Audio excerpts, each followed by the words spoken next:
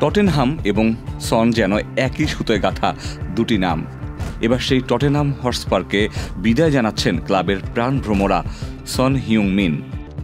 দীর্ঘ ১০ বছর ক্লাবের হয়ে খেলার পর অবশেষে এই কোরিয়ান তারকা ঘোষণা করেছেন এই গ্রীষ্মেই তিনি বিদায় নিচ্ছেন নর্থ লন্ডনের ক্লাব থেকে।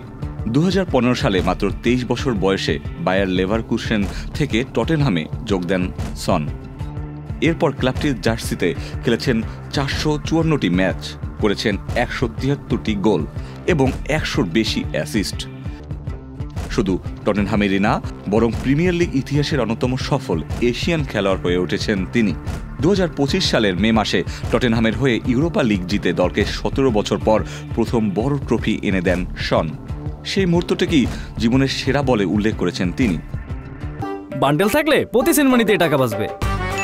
বিকাশ সেনমানি বান্ডেল কিনে জিতুন প্রতি লেনদেনে। এক প্রেস কনফারেন্সে এই ঘোষণা দিতে গিয়ে আবেগপ্রবণ হয়ে যান শন। শন বলেন, আমি যখন এসেছিলাম তখন ছিলাম এক তরুণ খেলোয়াড়, এখন বিদায় নিচ্ছে একজন গর্বিত মানুষ হিসেবে। এটা আমার জীবনের সবচেয়ে কঠিন সিদ্ধান্ত, কিন্তু এখন সময় এসেছে নতুন একটা অধ্যায় শুরু করার। টটেনহামের সাথে তার চুক্তি থাকলেও ক্লাব তাকে নতুন সুযোগ গ্রহণের অনুমতি দিয়েছে। বর্তমানে MLS-এর LAFC ক্লাবের সাথে শনের আলোচনা অনেক দূরে গিয়েছে, যেখানে আগে থেকেই আছেন তার প্রাক্তন সতীর্থ হুগো লরিস।